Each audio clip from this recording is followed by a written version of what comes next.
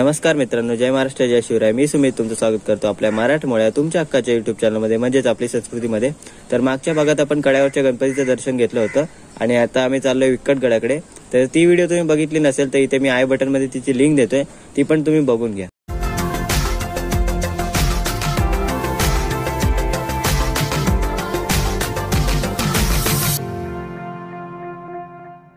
हे जे माझे मित्र येताना दिसतात तुम्हाला, तो कड्यावरच्या गणपतीकडे जाण्याचा रस्ता आहे. आणि आपण जी सुरुवातीला कमान बघितली होती घंटावाली, तो हा रस्ता आहे पायऱ्यावाला. आणि आता आम्ही चाललोय किल्ल्याकडे. तर इथे तुम्हाला बोर्ड पण दिसेल, पेपकडे जाण्याचा मार्ग, म्हणजे पेपगडाकडे जाण्याचा मार्ग. पेपगडाकडे सह्याद्री प्रतिष्ठानचा मोठा हात आहे याच्यात. हा जरा रिस्की पॅच आहे. इथे तुमच्या चपलीला ग्रीप असणं महत्वाचं आहे. इथून सरकाल तर डायरेक्ट खालीच जाल. खाली म्हणजे खाली दरीत जाल आणि वरती डायरेक्ट देवाच्या घरी जाल.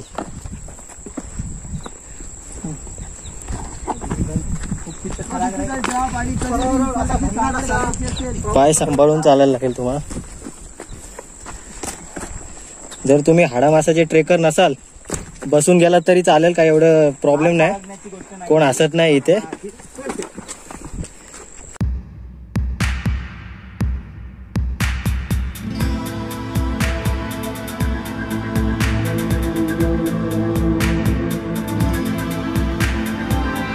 विकटगडकडे जाणारी ही शिडी लागते मध्ये.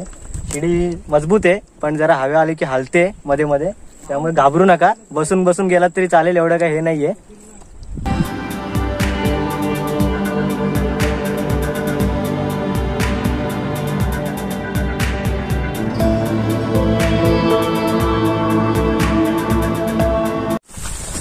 पावसाळ्यात फक्त हा पाय जरा रिस्की होतो, नाहीतर तुम्ही चालू शकता इथून.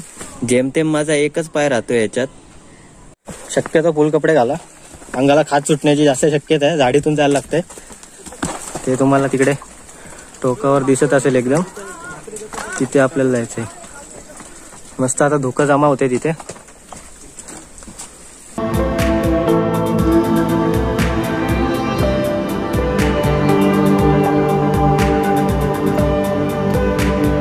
हा ऍक्च्युली विकटगड नाही, बिकटगड आहे. कारण इथे जाण्याचा रस्ता खूप बिकट आहे. तुम्ही बघितलं असेल, पहिले आम्ही उतरतोय आणि आता आम्हाला पूर्ण चढायचंय.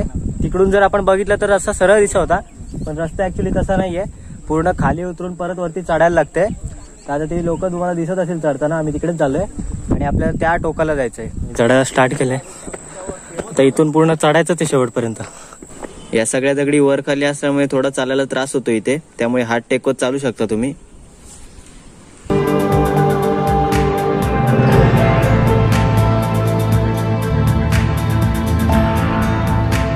आम्ही आता अर्ध्या रस्त्यात पोहोचलोय. इथे सूचना फलक लावलेला आहे आणि इथून वरती त्या शिड्या चढून जायला लागतं. जशी आपण ती शिडी चढलेलो तशीच इथे शिडी आहे, पण ही जरा मजबूत वाटते मला.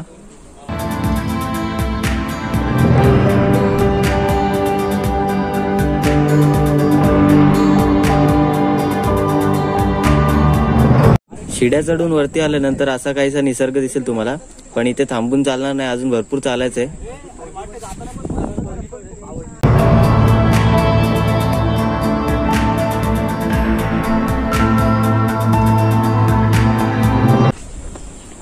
गडाकडे जाताना रस्त्यामध्ये तुम्हाला हा एक मठ लागतो. इथे तुमच्या जेवणाची सोय होऊ शकते. त्या आजी मठ चालवतात हा. इथे तुम्ही थोडा वेळ विश्रांती देखील घेऊ शकता. पाऊस चालू झालाय आणि तुम्ही डोंगराच्या बाजूला पूर्ण धुकं बघू शकता. धुकं ढग सगळे एकमिक्स झाले. तो मोरबे आहे, पाणीमध्ये दिसत असेल. त्याची व्हिडिओ बनवले मी, आय बटन मध्ये देतो लिंक, बघून घ्या ती पण. खूप दम लागलाय कारण आम्ही पूर्ण चढत आलोय वरती आणि पाऊस आलाय आता जोरात. ही एक शिडी चढली की वरती आम्ही बहुतेक आमच्या पीक पॉइंट पर्यंत पोहोचू.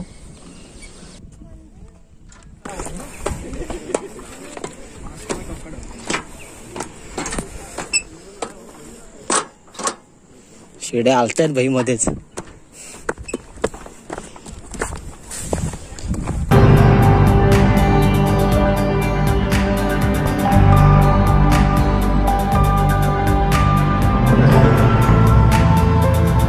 सो फायनली आम्ही आमच्या पीक पॉइंटवर पोहोचलेलो आहे. आणि जर तुम्ही नीट बघाल तर हे मंदिर चारही साईडने सेम दिसतं. एकमुखी दत्ताचं हे मंदिर आहे आणि आतमध्ये एक छोटीशी हनुमानाची मूर्ती आणि पादुका आहेत.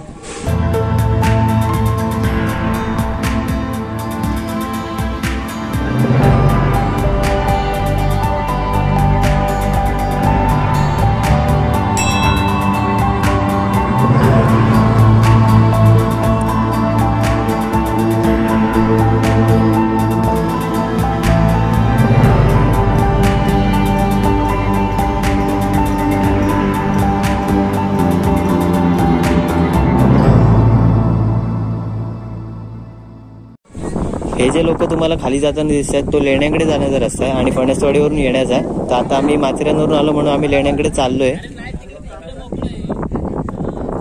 ही पाण्याची टाकी आहे, पण हे पाणी तुम्ही पिऊ नका कारण हे साठलेलं पाणी आहे. वाहतं पाणी पिल्याचं कधी पण चांगलं. लेण्यांकडे जाणारा रस्ता थोडासा कठीण आहे, पण ठीक आहे, तुम्हाला एक थरारक अनुभव येऊ शकतो.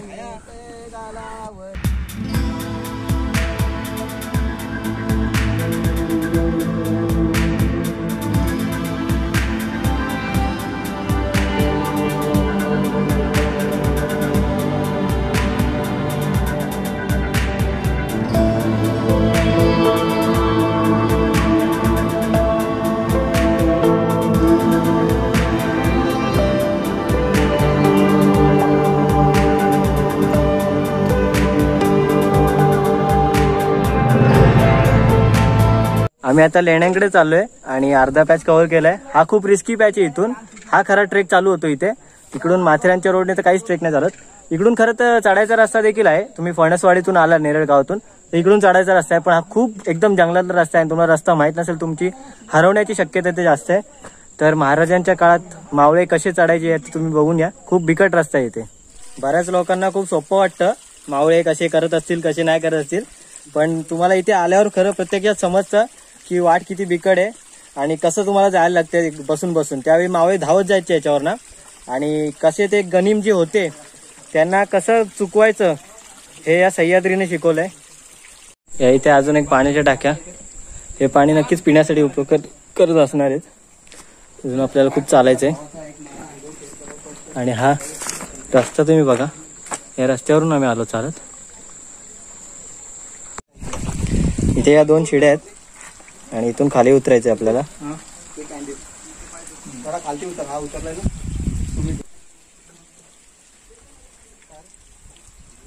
जर तुम्ही फणसवाडीवरून आला असाल तर तो उतरण्याचा रस्ता आहे, म्हणजे चढण्याचा तुम्हाला रस्ता माहितच असेल.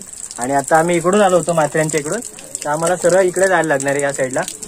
इथे आम्हाला एक गुफेत जाणारा रस्ता दिसलाय. आता हा रस्ता दुसरीकडे कुठे निघतो माहित नाही, पण एका वेळी एकच माणूस इथे जाऊ शकतो. आणि तुम्ही चुकून पण या रस्त्याने जाण्याचा प्रयत्न करू नका, कारण याचा एंड कुठे आहे ते आपल्याला माहित नाही. त्यामुळे या कोरीव पायऱ्या कदाचित आत्ता केलेल्या असाव्यात, तासणीवरून समजतंय, आणि पर्यटकांसाठी सोय केली असावी.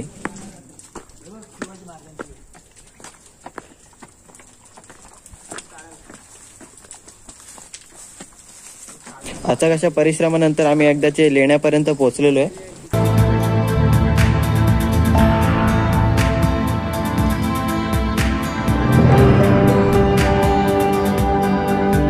या किल्ल्याचे पेब हे नाव त्याच्या पायथ्याशी असलेल्या पेबी देवीच्या मंदिरावरून पडलेले असावे.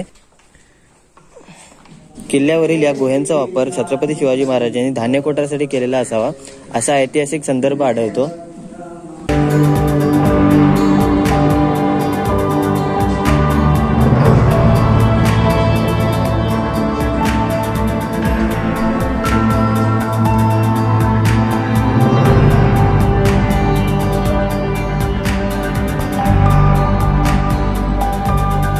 या गुहेमध्ये स्वामी समर्थांचे शिष्यगण राहत असल्याने गुहेच्या बाहेर किंवा जवळच असलेल्या कपारीमध्ये 10 जणांच्या राहण्याची सोय होते. आणि गुहेजवळच असलेले पाण्याचे टाके तिथे पिण्याची सोय होऊ शकते तुमची. हा, पण जेवणाची सोय तुम्हाला स्वतःलाच करावी लागेल. इथे आतमध्ये गुहेमध्ये तुम्हाला स्वामी समर्थांचे चित्र काढलेले दिसेल आणि एका साईडला एक गणपतीची मूर्ती ठेवलेली आहे.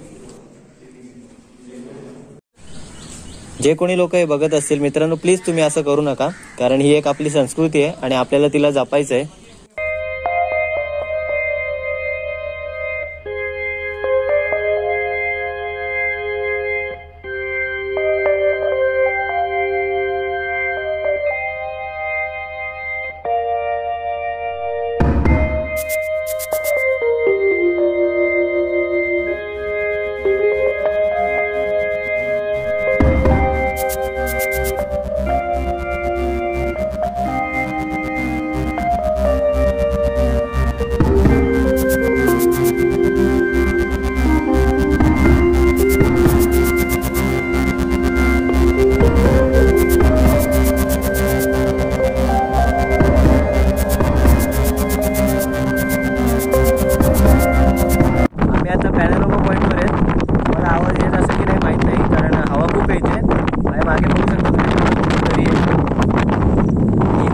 पडला बॉडी भेटेल फक्त तुमची, पण तुम्ही जिवंत काही राहणार नाही. आम्ही किती उंचीवर आहोत याचा अंदाज तुम्ही त्या माणसांवर लावू शकता.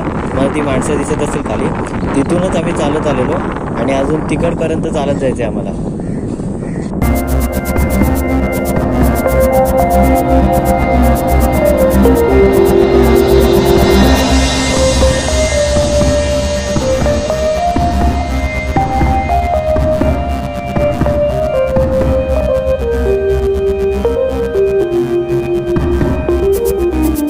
आमचं जेवण झालेलं आहे आता आणि आम्ही उतरायला सुरुवात करतोय.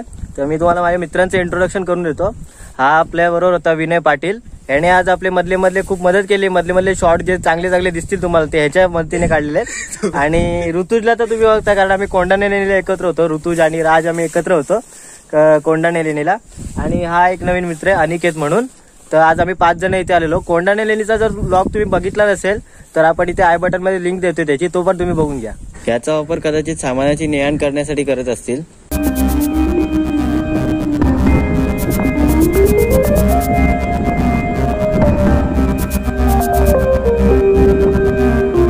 आपण मगाशी तिथे होतो वरती, तिथून मी तुम्हाला तो खालचा व्ह्यू दाखवला होता.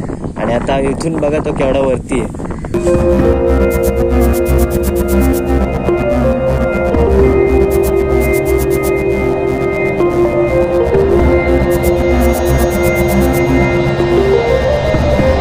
मित्रांनो, आजची व्हिडिओ तुम्हाला आवडल्यास व्हिडिओला लाईक करा आणि व्हिडिओ कशी वाटली आम्हाला कमेंट सेक्शन मध्ये नक्की सांगा. आणि आपल्या चॅनलला सबस्क्राईब करायला विसरू नका, कारण आपण असेच नवीन व्हिडिओ घेऊन येणार आहोत. आणि हो, सबस्क्राईब केल्यानंतर ती घंटा दाबायला विसरू नका.